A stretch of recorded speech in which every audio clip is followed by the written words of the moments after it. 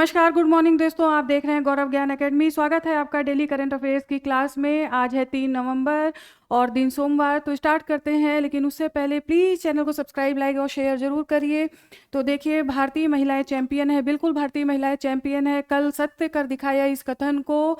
World cup में अपनी जीत हासिल करके, जब देखिए ये टूर्नामेंट स्टार्ट हुआ था, विश्व कप स्टार्ट हुआ था, तो मैंने कहा था काश ये सपना सच हो जाए कि भारतीय महिलाएं कप उठाती हुई दिखें। तो बिल्कुल ये सपना साकार हुआ और साउथ अफ्रीका को फाइनल में हरा करके भारतीय महिलाएं जय प्राप्त किया, विजय प्राप्त किया। और देखिए ये जो मैच हुआ वो नवी मुंबई में हुआ, ठीक है, नवी मुंबई में हुआ। प्लेयर ऑफ द सीरीज़ की बात की जाए तो वो जीता है दीप्ति शर्मा ने, और शेफाली वर्मा ने प्लेयर ऑफ द मैच का खिताब अपने नाम किया। तो इस तरीके से पूरे खिलाड़ियों का योगदान भारतीय महिला विश्व कप।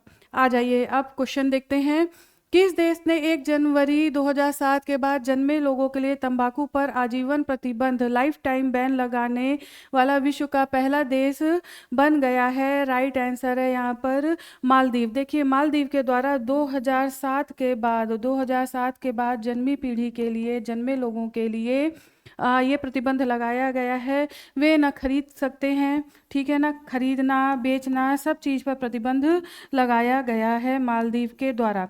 अब देखिए, ये केवल क्या नागरिकों पर है? तो नहीं, ये नागरिकों के साथ साथ ये टूरिस्ट पर भी है। यानी कि अगर आप वहाँ पर घूमने जाएंगे और आपका मन करेगा कि तंबाकू बीड़ी कुछ लिया जाए, नहीं मिलेगा, ठीक है।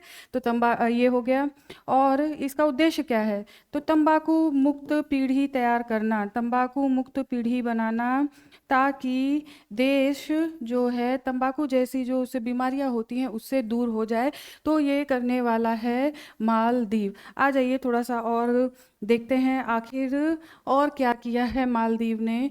तो देखिए, मालदीव के द्वारा अभी हाल ही में माँ से बच्चे में जो तीन रोग ट्रांसफ़र होते थे, उस पर पूरी तरीके से प्रतिबंध, उस पर मतलब वो सफलता प्राप्त की है, वो बच्चे में न ट्रांसफ़र हो पाए, ठीक है। तो वो रोग कौन से हैं? तो आपको ये देखना है, सिफिलिस,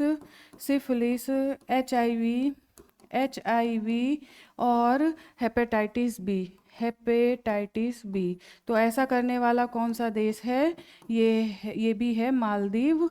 तो आपको ध्यान रखना है, ये भी है मालदीव। और ये घोषणा WHO के द्वारा पूरी तरीके से ये सफल हो गया है मालदीव ऐसा करने में, ठीक है।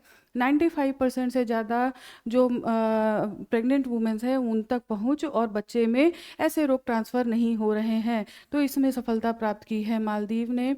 आगे देखिए आप, आखिर दक्षिण एशिया में, ठीक है, दक्षिण एशिया में कोरल क्रायो बैंक स्थापित करने वाला देश कौन सा है? जो कि दक्षिण एशिया का पहला ये कोरल क्रायो बैंक है। तो राइट आंसर है यहाँ पे देखिए फिलीपींस, ठीक है। ये सब मैं पढ़ा चुकी हूँ, थोड़ा सा रिवीजन है आपके लिए।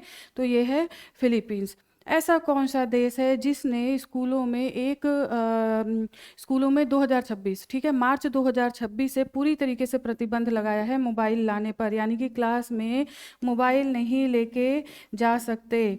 तो ये है आपका दक्षिण कोरिया, ठीक है। दक्षिण कोरिया ऐसा करने वाला देश है। तो इस तरीके से ये हो गए कुछ क्वेश्चन जो रिवीजन हो गया। आ जाइए अब नेक्स्ट क्वेश्चन की तरफ।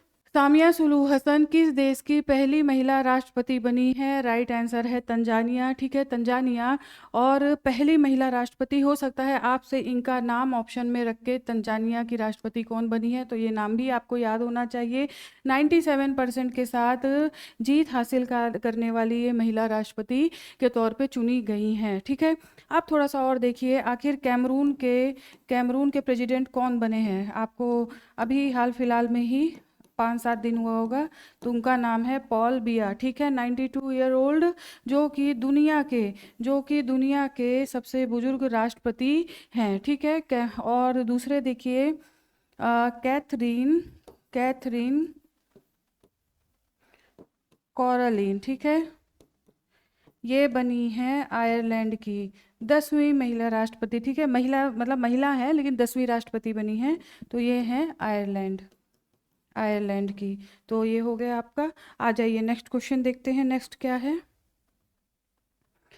हाल ही में चीन ने किस मानवयुक्त अंतरिक्ष यान का सफलतापूर्वक प्रक्षेपण किया है? राइट आंसर है यहाँ पे शंचो 21, ठीक है। और ये जो किया गया है चाइना के द्वारा, देखिए सबसे पहले इसकी विशेषता मानवयुक्त अंतरिक्ष यान है, और इसके साथ ही साथ चूहों को भी लेके जाया गया है वहाँ पर कुछ प्रयोग के लिए। तो ये इंपॉर्टेंट हो जाता है, ये क्वेश्चन पूछा जा सकता है कि शंचो 21। आ जाइए नेक्स्ट क्वेश्चन देखते हैं। यूनेस्को ने हाल ही में किस भारतीय शहर को अपने क्रिएटिव सिटी नेटवर्क में सिटी ऑफ गैस्ट्रोनॉमी के रूप में शामिल किया है? राइट आंसर है यहाँ पर लखनऊ को शामिल करने वाला जो ये सिटी ऑफ गैस्ट्रोनॉमी है यूनेस्को के द्वारा किया गया है। अब देखिए इसमें बहुत सारी चीज़ें हैं, आइए जानते हैं आखिर ये किया कहाँ पर गया है, ठीक है ना। यूनेस्को का 43वां, ठीक है, 43rd महासम्मेलन कहाँ पर हुआ? ऐसा भी क्वेश्चन आपसे पूछा जा सकता है। तो ये सम्मेलन हुआ है आपका उज्बेकिस्तान में ये सम्मेलन हुआ, और उज्बेकिस्तान के समरकंद में, ठीक है, उज्बेकिस्तान के समरकंद में ये सम्मेलन हुआ जहाँ पर लखनऊ को नेटवर्क में शामिल किया गया। अब देखिए आखिर ये UCCN है क्या, ठीक है। तो यूनेस्को क्रिएटिव सिटी नेटवर्क जिसकी स्थापना 2004 में की गई थी, ठीक है, स्थापना 2004 में की गई थी। और उसके बाद से देखिए भारत की बात अगर की जाए तो भारत में टोटल 9 शहरों को शामिल किया गया है। इस UCCN में 9 शहरों को शामिल किया गया है, ठीक है, 9 शहरों को शामिल किया गया है। और खान पान के मामले में बात की जाए तो दूसरा शहर है लखनऊ, पहला फिर कौन सा है? हैदराबाद, पहला है हैदराबाद जिसे शामिल किया गया, और दूसरा है लखनऊ में वहाँ की विशिष्ट खान पान शैली, मतलब कि धीमी आंच पे खाना पकाना। और अगर लखनऊ की बात की जाए तो देखिए यहाँ के टुंडे कबाब हो गए और गलौटी कबाब हो गए, बहुत सारी चीज़ें हैं स्ट्रीट फूड्स, उस मामले में लखनऊ को ये पोजीशन दी गई है। तो ये 9वां शहर हो गया। और अगर हम पहले शहर की बात किए जाए, और इसमें देखिए कला, संस्कृति, सतत विकास, बहुत सारी चीज़ें कैटेगरी में इसमें मिलता है। तो 2015 में पहला शहर भारत का शामिल किया गया जिसका नाम है जयपुर, ठीक है, पहला शहर शामिल किया गया था जिसका नाम है जयपुर।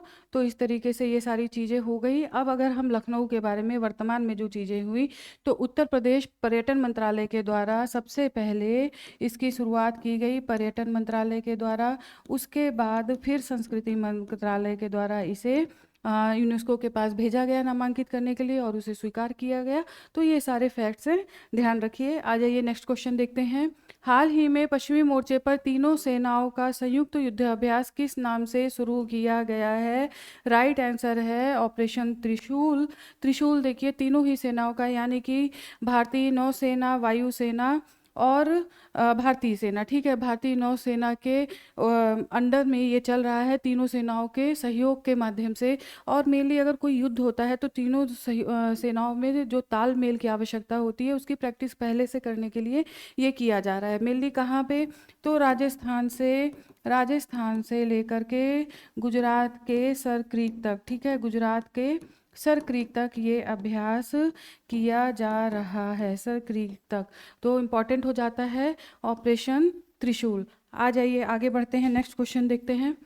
हाल ही में नासा और लॉकहीड मार्टिन कंपनी द्वारा विकसित बिना आवाज़ वाला सुपरसोनिक जेट विमान का नाम क्या है?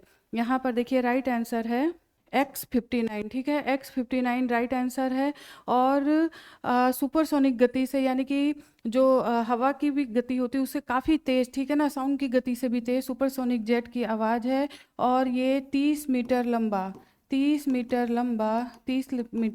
ये विमान है। तो इम्पॉर्टेंट क्वेश्चन है, ध्यान रखिए। आ जाइए आगे बढ़ते हैं, नेक्स्ट क्वेश्चन देखते हैं।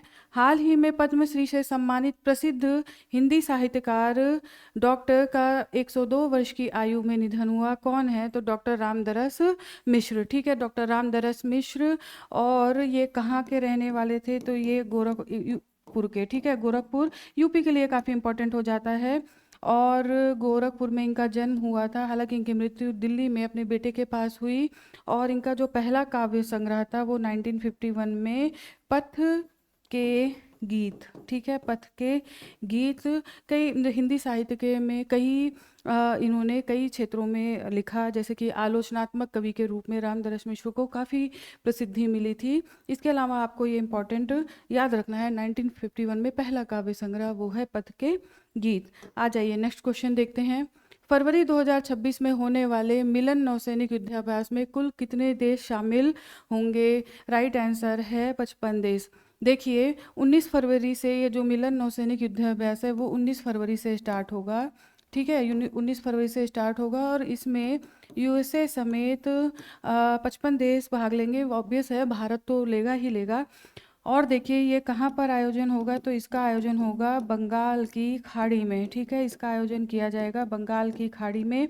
तो इम्पॉर्टेंट है, ध्यान रखिए।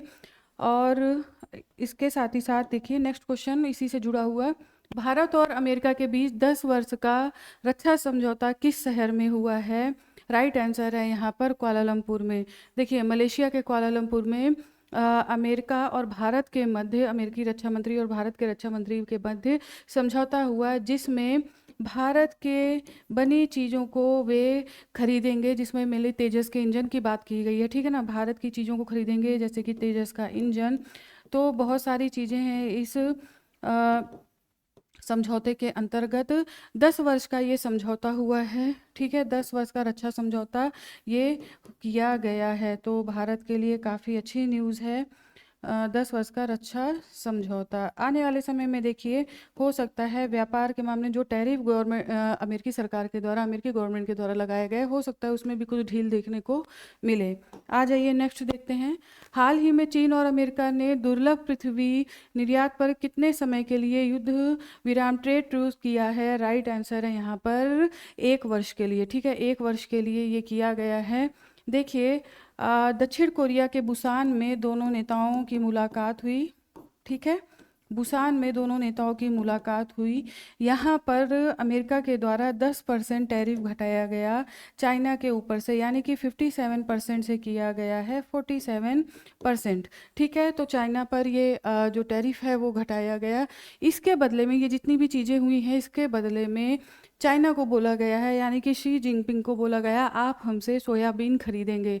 तो देखिए जो अंतर्राष्ट्रीय राजनीति होती है, अंतर्राष्ट्रीय स्तर पर जो बातचीत होती है, उसमें तुम ये करो मैं तब ये करूँगा, ये वाली बात होती है। तो ठीक है, यहाँ पर ये देखने को मिला। आ जाइए आगे बढ़ते हैं। लेसेंट रिपोर्ट के अनुसार वर्ष 2022 में भारत में PM 2.5 प्रदूषण के कारण लगभग कितने लोगों की मृत्यु हुई?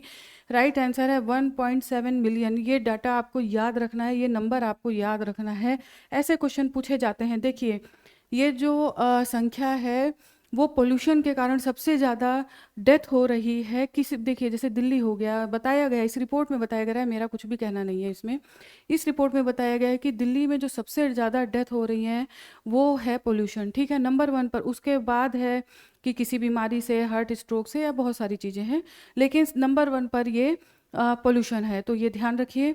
आ जाइए नेक्स्ट क्वेश्चन देखते हैं।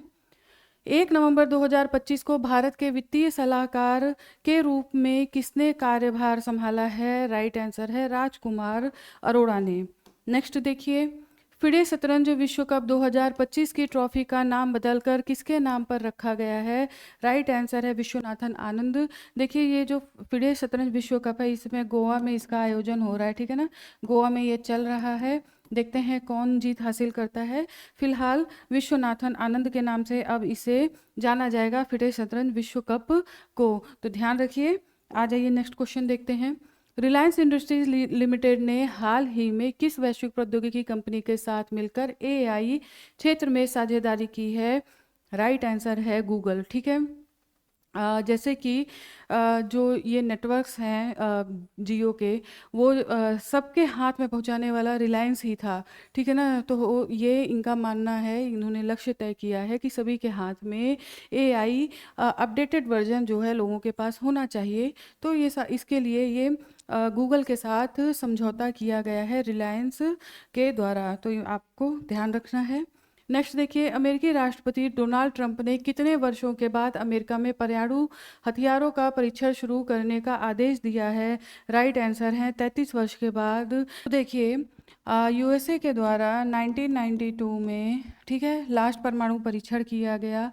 तो इसमें आगे बढ़ कर के हम देखते हैं यूएनओ के द्वारा जो सीटीबीटी लाया गया, ठीक है ना, सीटीबीटी यानी कि परमाणु परीक्षण पर निषेध संधि थी ये, तो वो यूएनओ के द्वारा लाया गया कब? 1994 में, ठीक है, 1994 में लाया गया। हालांकि इसका अनुमोदन 2000 में किया गया। रसिया समेत इसमें कई देशों ने हस्ताक्षर किया। तो इसका कारण क्या था? ताकि परमाणु परीक्षण को रोका जाए, विश्व भर में जो होड़ लगी हुई थी उसको रोका जाए, तो इसका कारण ये था। लेकिन 2023 में देखिए, 2023 में पुतिन के द्वारा इसे अनौपचारिक रूप से ही, मतलब सॉरी अनौपचारिक नहीं, औपचारिक रूप से ही वे बाहर हो गए। और उसके बाद उन्होंने, देखिए अभी 2-4 दिन पहले ही हमने देखने को मिला कि उन्होंने लगातार वो परमाणु क्षेत्र में कार्य कर रहे हैं, परमाणु परीक्षण के क्षेत्र में कार्य कर रहे हैं। तो उसी के जवाब में ट्रंप ने पेंटागन को ये आदेश दिया है कि आप भी परमाणु परीक्षण करिए, ठीक है। तो उन्होंने ये घोषणा की है। देखिए आने वाले समय में क्या होता है। नेक्स्ट देखिए, जनजातीय कार्य मंत्रालय द्वारा जनजातीय गौरव वर्ष पखवाड़ा कब से कब तक मनाया जाएगा? राइट आंसर है यहाँ पर 1 से 15 नवंबर 2025 तक, ठीक है। तो जनजातीय कार्य मंत्रालय के द्वारा ये जो मनाया जा रहा है, ये बिरसा मुंडा बिरसा मुंडा की 150वीं जयंती पर ये मनाया जा रहा है, ठीक है। 150वीं जयंती पर ये मनाया जा रहा है, तो ध्यान रखना है। आ जाइए नेक्स्ट क्वेश्चन देखते हैं। भारत में पहली डिजिटल समुद्री मत्स्य पालन जनगणना का शुभारंभ किसने किया? राइट आंसर है यहाँ पर श्री जॉर्ज कुरियन ने, ठीक है। श्री जॉर्ज कुरियन के द्वारा ये प्रारंभ किया गया। और देखिए कहाँ से प्रारंभ किया गया? तो कोच्चि से किया गया, ये प्रारंभ कोच्चि से। इसके साथ ही साथ देखिए ये केंद्रीय समुद्री मत्स्य अनुसंधान संस्थान, ठीक है। तो ऐसे संस्थान भी एग्जाम में पूछे जाते हैं। समुद्री मत्स्य अनुसंधान संस्थान, ऐसे संस्थान जरूर एग्जाम में पूछे जाते हैं। तो ये कहाँ पर है? तो ये भी कोच्चि में ही है। यहीं से मत्स्य जनगणना की शुरुआत की घोषणा की गई। तो आपको इतना ध्यान रखना है। तो देखिए ज्ञानवीरों, आज के करंट अफेयर कंप्लीट होते हैं। फिर मिलती हूँ आपके लिए कल कुछ और नए एमसीक्यूज लेकर के, सॉल्व करेंगे अच्छे से। लेकिन सब्सक्राइब करना ना भूलें। चलिए पढ़ते रहिए, स्वस्थ रहिए, मस्त रहिए। धन्यवाद। आपका दिन शुभ हो।